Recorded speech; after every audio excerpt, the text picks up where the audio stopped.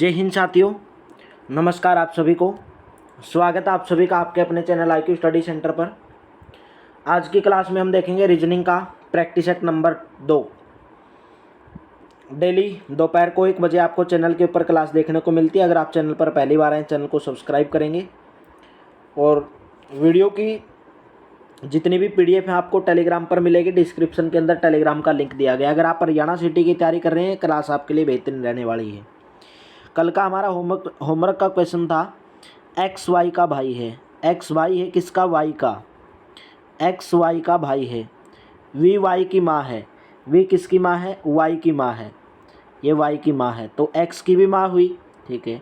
M we के पति की बहन है। एम किसके पति की? वी के पति की। वी के पति की बहन, तो वी का कोई पति होगा। और एन वी का भाई है। एन किसका भाई है? ये इसका भाई है वी का, ये इसका भाई हो गया, ठीक है। यू वी का पति है। यू किसका पति है? वी का पति है। एम वी के पति की बहन है। वी का पति, ये वी का पति हो गया, ये एम इसकी बहन हो गई, ठीक है। एम इसकी बहन हो गई। पूछा क्या हमसे? यू का पिता एक्स के कौन है? यू का पिता, भाई यू का पिता एक्स, ये यू एक्स का क्या लगा? पिता लगा। तो यू का पिता एक्स का क्या होगा? दादा होगा। यानी कि ऑप्शन नंबर आपका डी करेक्ट रहेगा, दादा होगा, ठीक है। तो चलिए आज के सेशन की शुरुआत करते हैं। आज के सेशन का फर्स्ट क्वेश्चन है, यदि एक्स वाई की बहन है, एक्स वाई की बहन है, ये एक्स हो गया, वाई की बहन है, एक्स वाई की बहन हो गई, ठीक है, बहन लिख दिया। जेड वाई की माँ है। जेड वाई की माँ है। वाई की माँ तो एक्स की भी माँ होगी। डब्लू जेड का पिता है। डब्लू जेड का पिता है। ये डब्लू जो है ये जेड का पिता हो गया, ये पिता हो गया जेड का, ठीक है, जेड का पिता हो गया। वी जेड का पति है। वी किसका पति है? जेड का, ये वी पति हो गया जेड का, तो ये वी हो गया पति जेड का। तो डब्लू का भाई, डब्लू का भाई एक्स का कौन होगा? भाई डब्लू का भाई, डब्लू का भाई एक्स का कौन होगा? देखिए मेरे दोस्तों, यहाँ से हमें पता चला कि एक्स की माँ कौन हुई? जेड, और जेड का पिता कौन हुआ? डब्लू। तो एक्स का कौन लगेगा? नाना। तो इसके नाना का भाई कौन हुआ? नाना के भाई। तो डब्लू का भाई एक्स का नाना के भाई होगा, ठीक है। ऑप्शन नंबर आपका बी करेक्ट रहेगा। तो चलिए नेक्स्ट है, यू डब्लू की बहन है। ये यू हो गया, ये डब्लू हो गया। यू बहन है किसकी? डब्लू की। यू टी की पत्नी है। यू किसकी पत्नी है? टी की पत्नी है। ये टी हो गया, ये टी हो गया, ये इसकी पत्नी है, ये इसकी पत्नी है, टी की पत्नी है यू, ठीक है। और इसने बोला यू डब्लू की बहन है। डब्लू के का दूसरा पुत्र है। डब्लू के का दूसरा पुत्र है, के का कोई दूसरा पुत्र है, ठीक है। डब्लू टी का कौन होगा? डब्लू टी का कौन होगा? भाई आप देखें, डब्लू जो है टी का कौन होगा ये पूछा है। बहन होगा, ननंद होगा, साला होगा, भाई होगा। तो राइट ऑप्शन रहेगा साला होगा। क्यों होगा? क्योंकि जो यू जो है इसकी बहन है डब्लू की, डब्लू की बहन है, तो आपकी बहन होगी, आपके बहन का पिता, आपके बहन का पति, आपका क्या संबंध हुआ? साले का। यानी कि ऑप्शन नंबर आपका सी करेक्ट रहेगा, साला हो जाएगा। नेक्स्ट, निम्नलिखित में से कौन सा कथन प्रश्न का उत्तर देने के लिए पर्याप्त है? राजन का सुंदर से क्या संबंध है? प्रश्न आपको बताना है कि राजन का सुंदर से क्या संबंध है। यहाँ पर आपको 2 कथन दिए गए और दोनों कथन में से बताना है क्या इस प्रश्न का उत्तर देने के लिए दोनों कथनों की जरूरत पड़ेगी या एक की जरूरत पड़ेगी या एक की भी जरूरत नहीं पड़ेगी। आपको बताना है कि राजन की बहन शारदा, इसने बोला जो राजन है इसकी बहन कौन है? शारदा। शारदा इसकी बहन है, राजन की बहन है, ठीक है। बाद में बोला कि शारदा के जो पिता का नाम सुंदर है। शारदा के पिता का नाम सुंदर है, ये शारदा के पिता हो गया, इसका नाम सुंदर है, ठीक है। तो आपको प्रश्न में क्या बताना? राजन का सुंदर से क्या संबंध है? राजन का सुंदर से क्या संबंध है? तो राजन की बहन शारदा, तो राजन का सुंदर कौन होगा? पिता होगा। भाई आपको दोनों कथन की जरूरत पड़ेगी, तभी आप बता पाओगे कि राजन का सुंदर से क्या संबंध है। तो दोनों कथनों की जरूरत पड़ेगी, कथन 1 और 2 दोनों पर्याप्त हैं। अगर आपको एक कथन पता रहेगा तो आप बता ही नहीं पाओगे कि राजन का सुंदर से क्या संबंध है, तो दोनों कथनों की आपको जरूरत पड़ेगी। नेक्स्ट, फिरोजा का जन्म 2 फरवरी 2011 को हुआ। फिरोजा का जन्म कब हुआ? 2 फरवरी 2011 को, जबकि आदेश का जन्म 553 दिन के बाद हुआ। आदेश का जन्म कौन से तारीख को हुआ?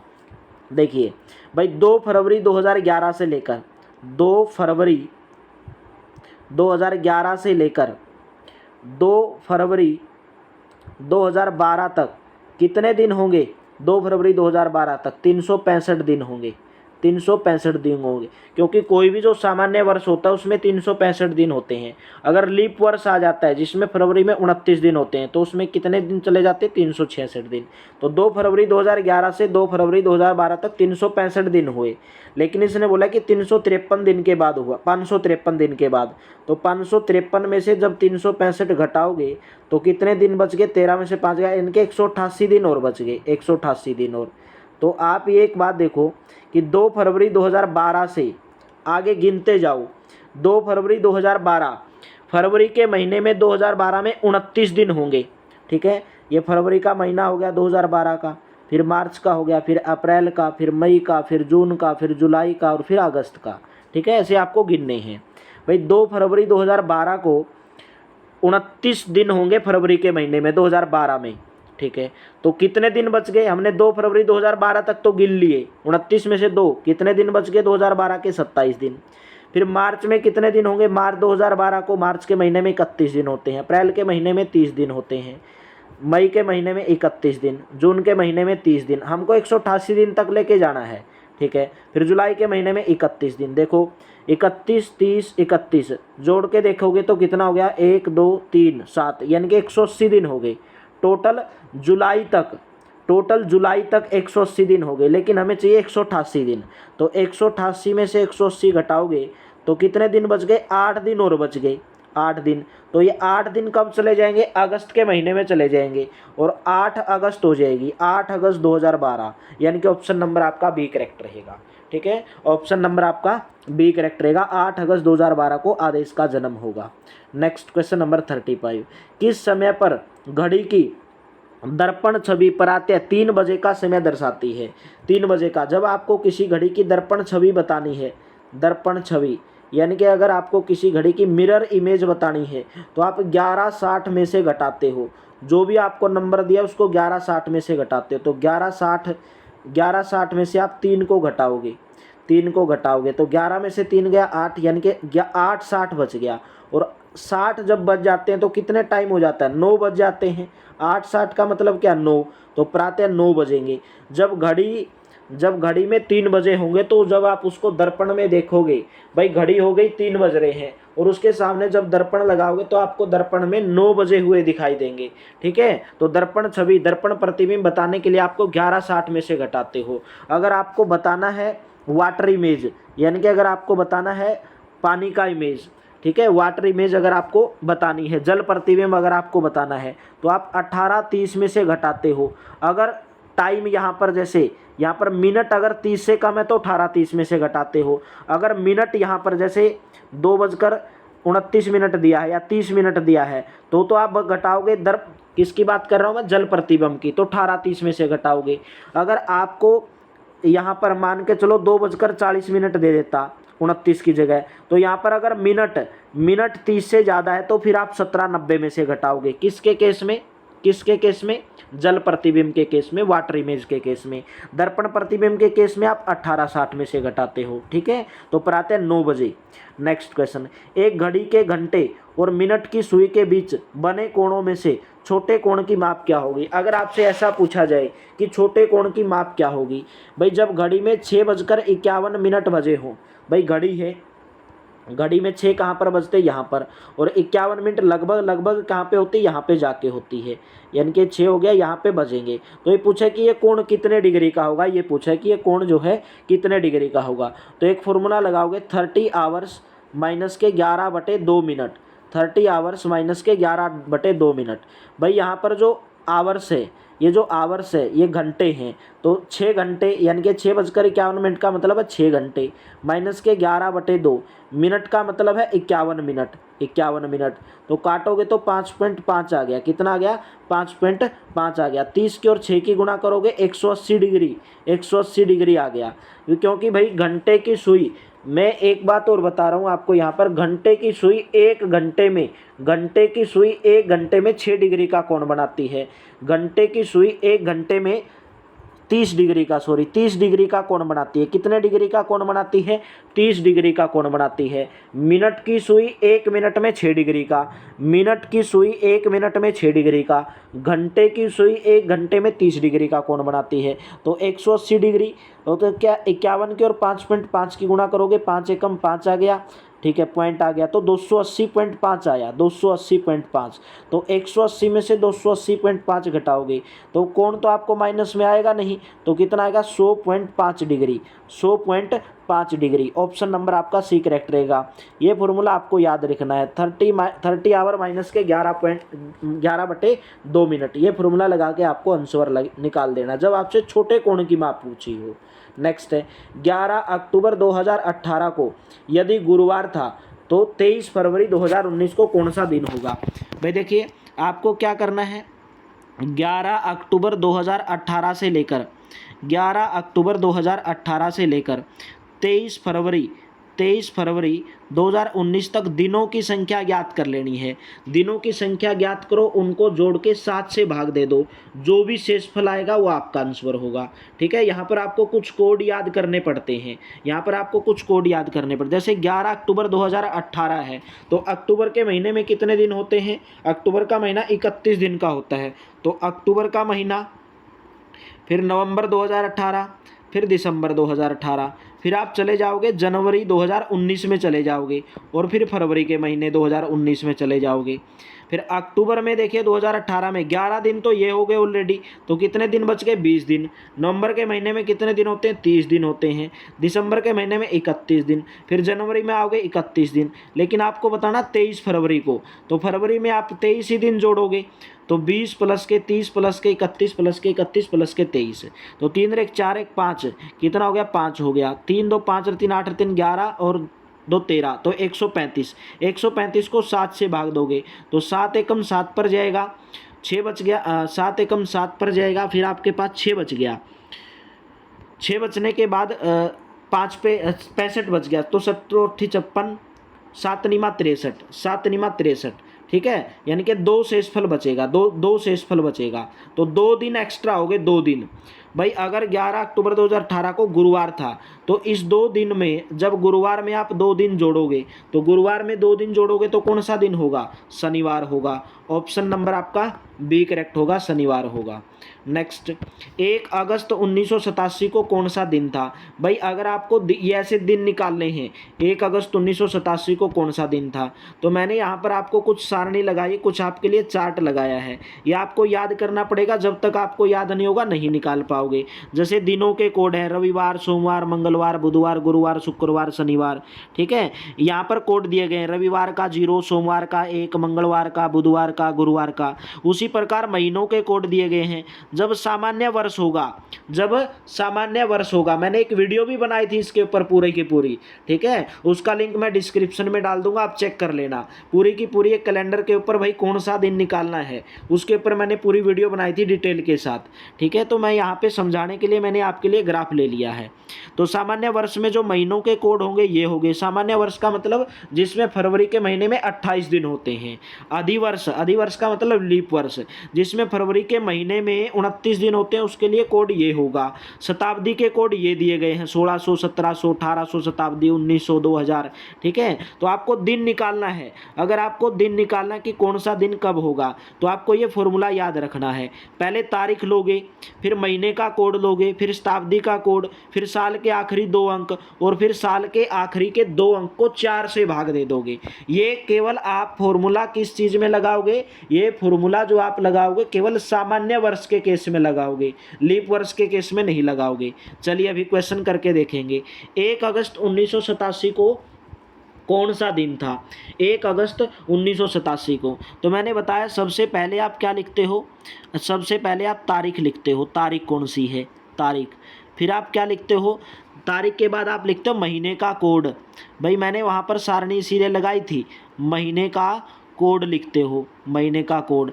फिर आप लिखते हो साल के आखिरी के 2 अंक, जैसे 87 है, ठीक है, या आप लिख दोगे जैसे 1987 है तो शताब्दी कोड लिख दोगे, शताब्दी कोड, जो पहले लिख लो मर्जी है, ठीक है, शताब्दी कोड यहाँ पे लिखोगे, शताब्दी कोड। फिर आप क्या लिखते हो शताब्दी कोड के बाद, महीने के आखिरी 2 अंक, आखिरी 2 अंक, भाई ऐसे लिख दे रहा हूँ मैं, आखिरी 2 अंक। फिर आपको लास्ट में जो आखिरी के जो 2 अंक हैं उसको 4 से भाग दे देना है, आखिरी के 2 अंक को 4 से भाग दे देना और पूरे नंबर को 7 से भाग दे देना है। जैसे 1 तारीख है, प्लस में महीने का कोड, भाई अगस्त का कोड 2 होता है, ठीक है भाई, याद करने पड़ेंगे आपको, वो अगस्त का कोड 2 होता है, जब तक नहीं करोगे तो नहीं आएगा।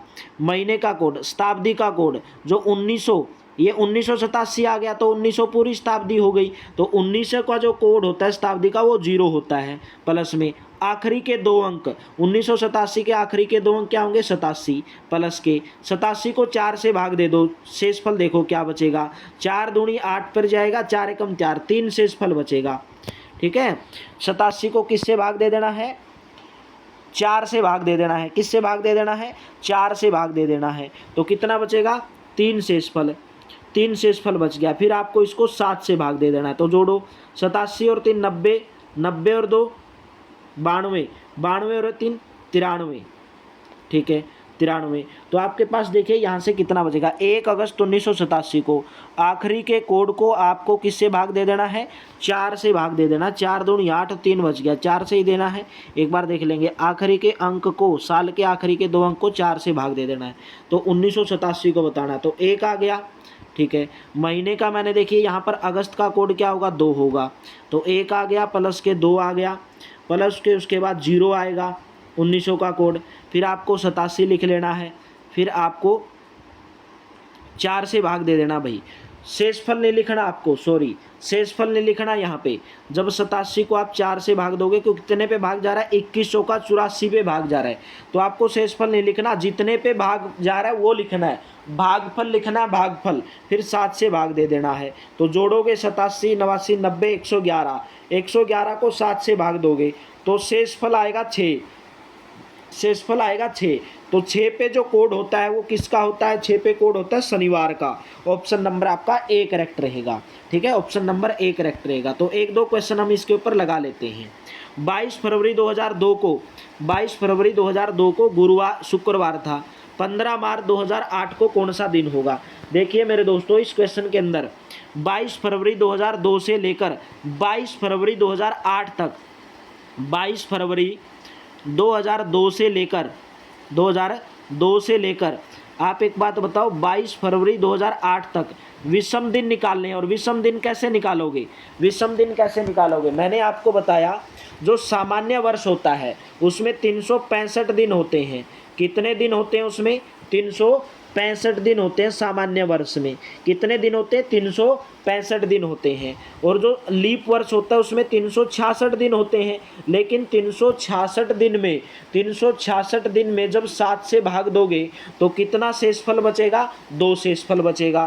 365 को जब 7 से भाग दोगे तो 1 शेषफल बचेगा। तो आप यहाँ से पता चली कि सामान्य वर्ष में 1 विषम दिन होता है और लीप वर्ष में 2 विषम दिन होते हैं। तो 22 फरवरी 2002 से लेकर 22 फरवरी 2008 तक, 22 फरवरी 2002 से लेकर 22 फरवरी 2008 तक कितने सामान्य वर्ष आएंगे? बोलोगे सर 22 फरवरी 2002 से लेकर 2003 365 दिन हो गई। फिर 2002 से लेकर 2003 तक 365 दिन हो गई। 2003 से 2004 तक 366 दिन होंगे। क्यों? क्योंकि 2004 एक लीप वर्ष हो गया। फिर 2004 से 2005 जाओगे 365 दिन। फिर 5 से 6 जाओगे 365 दिन। फिर 6 से 7 जाओगे 365 दिन। मैं आपको केवल लिखने के लिए बता रहा हूँ, ये इतने लिखने की जरूरत नहीं है क्योंकि आप डायरेक्ट लिख सकते हो। सामान्य वर्ष के अंदर बताए एक क्या होता है? एक विषम दिन होता है। 7 से भाग देकर देखते हो विषम दिन निकालने के लिए। प्लस में इसको 1 से भाग दोगे, प्लस में फिर इसको 1 से भाग दोगे, प्लस में फिर 365 आ गया। 365 366 को 1 से भाग दोगे तो 2 आएगा, ठीक है। इसको दोगे 1 प्लस का 1 प्लस का 1। लेकिन यहाँ पर हमारा जो ये 365 दिन आया ये 22 फरवरी 2008 तक आया। हमें बताना है 15 मार्च 2008 तक। भाई 2008 में फरवरी के महीने में कितने दिन होते हैं? 29 दिन होते हैं। तो 22 फरवरी तक तो ले लिया, 7 दिन और बच गए, और 15 मार्च तक ये, तो 15 और 7 22 दिन और इसमें जोड़ने पड़ेंगे। तो 22 और इसमें जोड़ दो, 22 और 1 23, 24 25 26 27, 27 और 2 29 भाई, 27 और 2 29, 29 को जब 7 से भाग दोगे तो 7 चौक 28, शेषफल बचा 1। इसने बोला कि शुक्रवार था, तो शुक्रवार में जब 1 जोड़ोगे तो कौन सा दिन हो जाएगा? शनिवार हो जाएगा। ऑप्शन नंबर आपका ए करेक्ट हो जाएगा, शनिवार हो जाएगा। नेक्स्ट क्वेश्चन, 25 जनवरी 1948 को कौन सा दिन था? मैंने बताया मेरे दोस्तों, जो फॉर्मूला आपको केवल कौन से उसमें लगेगा, कौन से उसमें लगेगा? आप यहाँ पर 1948 एक लीप वर्ष है, क्योंकि ये 4 से पूरा भाग हो जाता है, 4 से पूरा भाग हो जाता है। तो इस केस में आपको क्या करना है, देखिए आपको 1900 से लेकर 1947 तक दिन निकालने हैं, विषम दिन निकालने हैं। 1900 से लेकर 1947 तक कैसे निकालोगे? देखिए मैं आपको यहाँ पर बताने जा रहा हूँ। भाई 1900 कोड होता है, 1900 जो होता है उसमें एक विषम दिन होता है, यह आपको याद रखना है। 1900 जो शताब्दी होती है उसमें एक विषम दिन होता है, तो एक दिन तो ये हो गया विषम दिन, ठीक है। 1947, तो अभी आप बताओगे 1901 से लेकर 1947 तक, 1901 से लेकर 1947 तक कितने लीप वर्ष हुए? बोलेंगे सर लीप वर्ष हुए 11 लीप वर्ष। ये आप कैसे निकालते हो? 47 को 4 से भाग देकर देख लो, 47 को 4 से भाग देकर देख लो, क्योंकि टोटल 47 वर्ष हो गए। तो 47 को 4 से भाग दोगे, 11 तो लीप वर्ष आएंगे और 36 सामान्य वर्ष आएंगे, 36 सामान्य वर्ष आएंगे, सामान्य वर्ष, ठीक है। तो मैंने आपको बताया कि जो लीप वर्ष होता है उसमें कितने विषम दिन होते हैं? उसमें कितने विषम दिन होते हैं? 2 विषम दिन होते हैं। तो 11 लीप वर्ष में कितने विषम दिन हुए? 22 हुए, और प्लस के 36 साल है। हर एक साल में, हर एक सामान्य साल में एक विषम दिन होता है, तो 36 इसमें हो गए, 36 इसमें हो गए। तो 11 दूनी 22, 22 प्लस के 36। जब आप इनको जोड़ लोगे, 36 और 2 6 और 2 8, 3 और 2 5, ठीक है, 7 8 56, 7 से भाग दोगे तो 2 विषम दिन आ गए। कितने विषम दिन आ गए? 2। तो 1 और 2 कितने हो गए? 3 हो गए। लेकिन हमें जो ये निकाला है ये हमने 1 जनवरी 1947 तक निकाला है। कब तक निकाला है?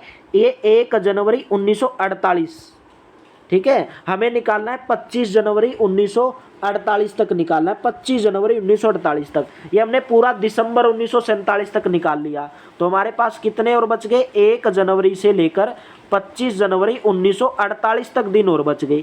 तो 1 जनवरी से 25 जनवरी तक कितने दिन हुए? 25 दिन हुए। 25 को 7 से भाग दोगे, 7 चौका 24, एक विषम दिन आया। कितने विषम दिन आए? एक विषम दिन आया, ठीक है। 7 या 21, सॉरी 4 आए, 4 आए भाई, क्योंकि 25 को जब 7 से भाग दोगे 4 शेषफल बचेगा, 4 विषम दिन आए। तो 4 2 6 और 1 7, तो 7 को 7 से भाग दोगे तो शेषफल आया 0, और 0 पे जो कोड होता है वो होता है रविवार, ऑप्शन नंबर 1। तो 25 जनवरी 1948 को कौन सा दिन होगा? कौन सा दिन होगा? रविवार। भाई अगर आपको यहाँ पर 1948 नहीं दिया है तो वही फॉर्मूला लगाओगे। कौन सा? भाई महीना लिखोगे, तारीख लिखोगे, महीने का कोड लिखोगे, शताब्दी का कोड लिखोगे, वो फॉर्मूला आप लगाओगे, ठीक है। नेक्स्ट बताओगे, सीता ने दिसंबर 2017 के महीने में एक बुधवार को अपना जन्मदिन मनाया। तो बताओ इसने कौन सी तारीख हो सकती है?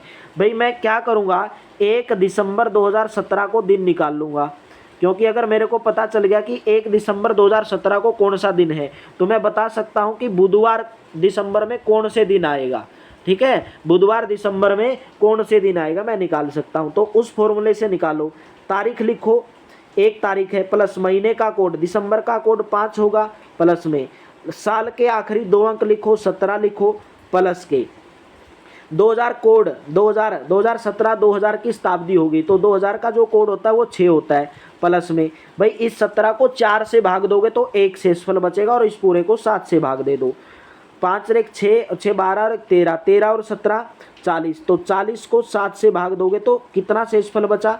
5 शेषफल बचा, ठीक है, लेकिन हमने ये 1 दिसंबर को निकाला, 1 दिसंबर 2017 को, ठीक है। और 5 पे कौन सा दिन आता है? शुक्रवार, शुक्रवार। हमें पता चल गया कि 5 दिसंबर को क्या होगा, हमें पता चल गया, सॉरी 1 दिसंबर को शुक्रवार होगा।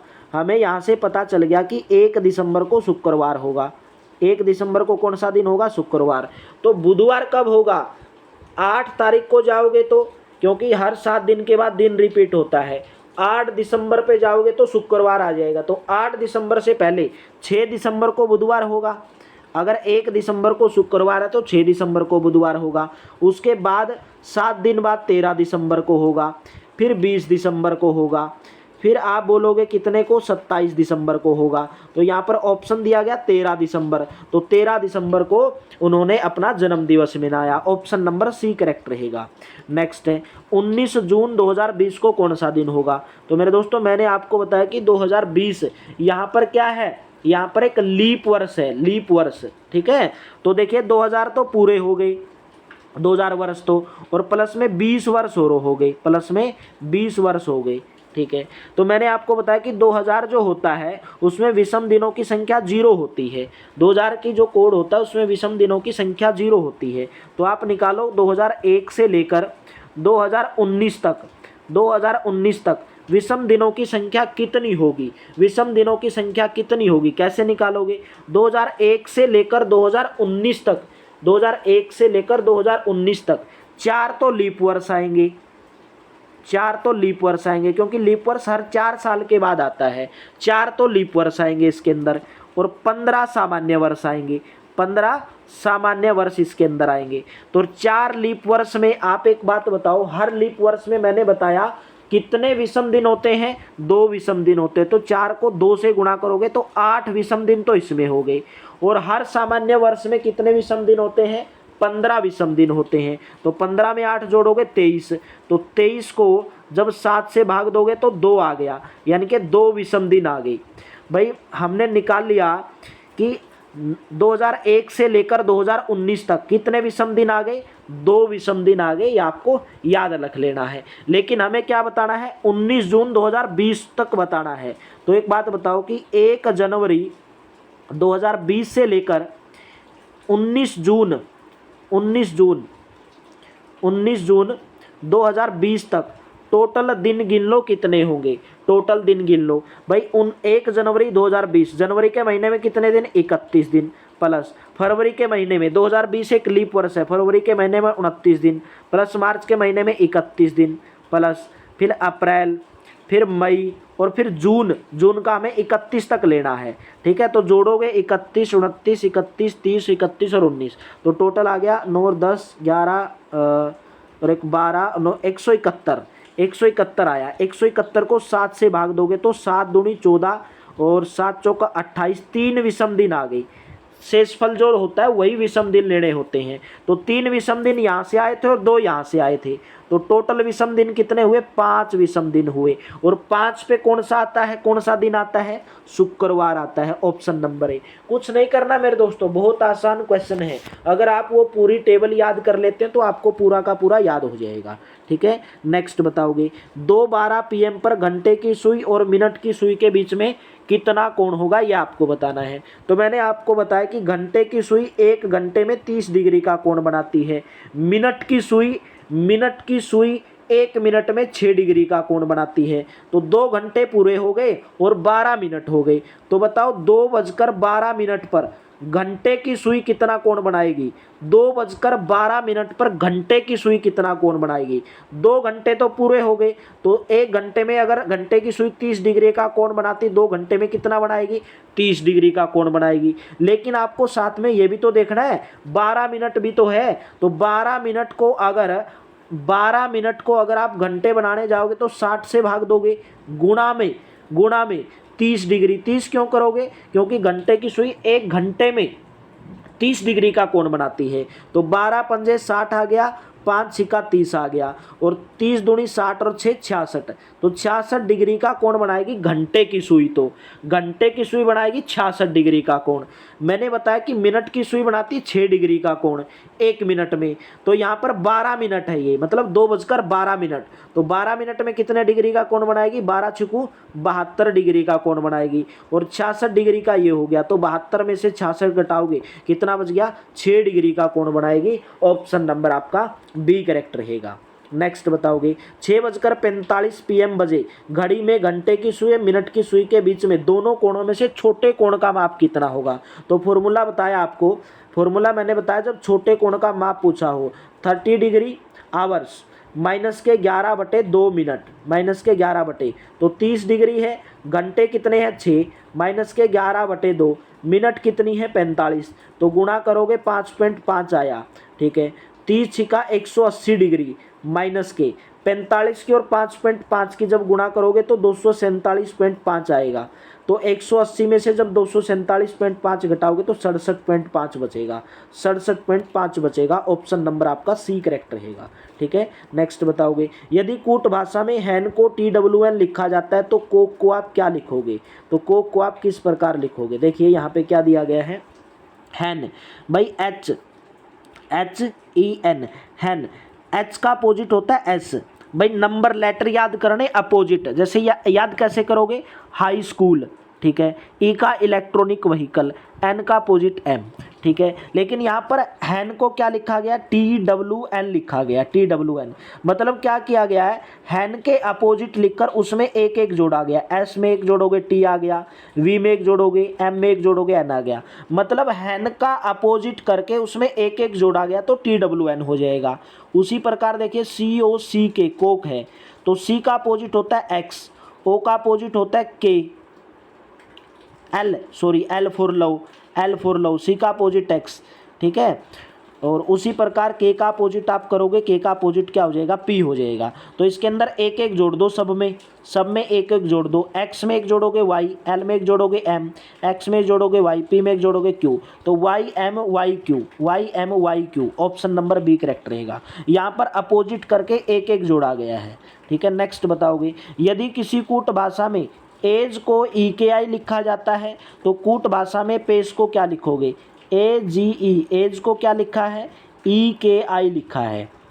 यहाँ पे देखिए क्या किया गया है, A आता है 1 नंबर पर, E आता है कितने नंबर पर, 5 नंबर पर, तो 4 जोड़ा गया है। G आता है 7 नंबर पर, E आता है 11 पर, 4 जोड़ा गया है। इसमें भी 4 जोड़ा गया, सबके अंदर 4 जोड़ा गया। तो P 16 नंबर पर 4 जोड़ोगे 20 नंबर पर T आएगा। A आता है 1 नंबर पर 4 जोड़ोगे 5 नंबर पर E आ जाएगा। C आता है 3 नंबर पर 5 जोड़ोगे 8, और 8 नंबर पर क्या आ जाएगा, 3, 4 जोड़ोगे सॉरी, तो G आ जाएगा। E आता है आपका 5 नंबर, 4 जोड़ोगे 9, तो TEGI, ऑप्शन नंबर कौन सा करेक्ट रहेगा, ऑप्शन नंबर बी करेक्ट रहेगा। नेक्स्ट बताओगे, भाई बार्ले को RABLYEL लिखा जाता तो मदर को क्या लिखोगे। देखिए क्या किया गया यहाँ पे, पहले वाले 3 अक्षर हैं BAR, उल्टा करके लिख दिया RAB, लास्ट वाले 3 अक्षर हैं LEY, उल्टा करके लिख दिया YEL। तो आप यहाँ पे भी क्या करो, MOT है, पहले 3 अक्षर को उल्टा करके लिख दो, TOM लिख दो, लास्ट के 3 अक्षर HER है तो REH लिख दो, TOMREH। तो ऑप्शन नंबर कौन सा, ऑप्शन नंबर डी करेक्ट रहेगा, ऑप्शन नंबर डी। नेक्स्ट बताओगे, भाई बॉक्सर को लिखा जाता है CQAIW, तो पूछा गया कि BEWSW को क्या लिखेगा, BOXER, बॉक्सर को क्या लिखा जाता है, CQAIW लिखा जाता है। देखो यहाँ से B आता है 1 नंबर पर और C आता है 3 नंबर पर, 1 जोड़ा गया, इसमें 2 जोड़ा गया, इसमें 3 जोड़ा गया, इसमें 4 जोड़ा गया, इसमें 5 जोड़ा गया, मतलब सब में 1 2 3 4 5 जोड़ा गया है। तो ऑप्शन में से देखो कि किस में आप 1 2 3 4 जोड़ोगे आपको ये प्राप्त हो जाए। तो देखिए A में 1 जोड़ोगे B आ जाएगा, D में 2 जोड़ोगे तो E नहीं आएगा, F आएगा, तो ये ऑप्शन तो आपका कट गया। C में देखिए DE जोड़ोगे, STUVW जोड़ोगे, OPQRS, ये भी नहीं आएगा। तो देखिए एक्टर देखिए ACTOR, एक्टर, ठीक है। एक्टर में आपको क्या करना, देखिए एक जोड़ोगे तो बी आ जाएगा, सी डी ई आ जाएगा, 3 जोड़ोगे तो टी यू वी डब्ल्यू आ जाएगा, ठीक है, यू वी डब्ल्यू आ जाएगा। उसके बाद ओ आ गया, ओ में आपको 4 जोड़ना है, 15 और 4 19, ओ में आपको A C T U R 19 number पर क्या आ जाएगा, एस आ जाएगा, ठीक है। आर आपका 18 पे, 18 में 5 जोड़ना है, 23 नंबर पर डब्ल्यू आ जाएगा, मतलब राइट ऑप्शन आपका एक्टर रहेगा, ठीक है, ऑप्शन नंबर सी।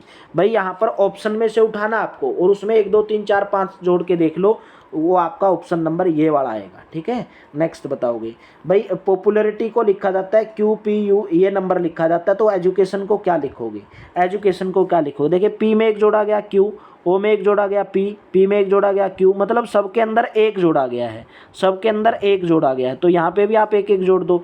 ई में एक जोड़ोगे एफ, डी में एक जोड़ोगे ई आ जाएगा, ठीक है, यू में एक जोड़ोगे वी आ जाएगा, उसके बाद सी में एक जोड़ोगे डी आ जाएगा, ए में एक जोड़ोगे बी आ जाएगा, ठीक है, तो ये ऑप्शन आपका कट हो जाएगा। एस टी में एक जोड़ोगे यू आ जाएगा, तो ये भी ऑप्शन आपका कट हो जाएगा। आई में एक जोड़ोगे तो जे आ जाएगा, ठीक है, जे आ जाएगा। उसके बाद ओ में एक जोड़ोगे तो पी आ जाएगा, और एन में एक जोड़ोगे तो ओ आ जाएगा। तो E F E V D B U J P O, option number आपका बी करेक्ट रहेगा, ऑप्शन नंबर बी, ठीक है। नेक्स्ट क्वेश्चन आपके लिए होमवर्क के रूप में है, एक निश्चित कूट भाषा में परल को यू जे एफ डब्ल्यू के लिखा जाता है, तो उसी कूट भाषा में पियानो को क्या लिखोगे, ये आंसर आपको होमवर्क के रूप में देना है। अगर आपको क्लास बेहतर लगी, क्लास अच्छी लगी, तो सेशन को लाइक मार देना, सेशन को शेयर कर देना, ठीक है। जब तक आपको कैलेंडर में वो पूरी की पूरी सारणी याद कर लेना, उसके ऊपर ये बेस्ट क्वेश्चन पूछे जाते हैं। अगर आपसे लीप वर्ष पूछा जाए तो मैंने लीप वर्ष के केस में भी बता दिया आपको क्या करना है, ठीक है। तो चलिए, थैंक यू, आप सभी का बहुत बहुत धन्यवाद, हैव ए नाइस डे। अगर आज थोड़ी क्लास लंबी हो गई क्योंकि समझाना था आपको, तो समझाने को लेकर क्लास थोड़ी लंबी हो गई। मिलते हैं फिर नेक्स्ट क्लास में। Thank you, have a nice day.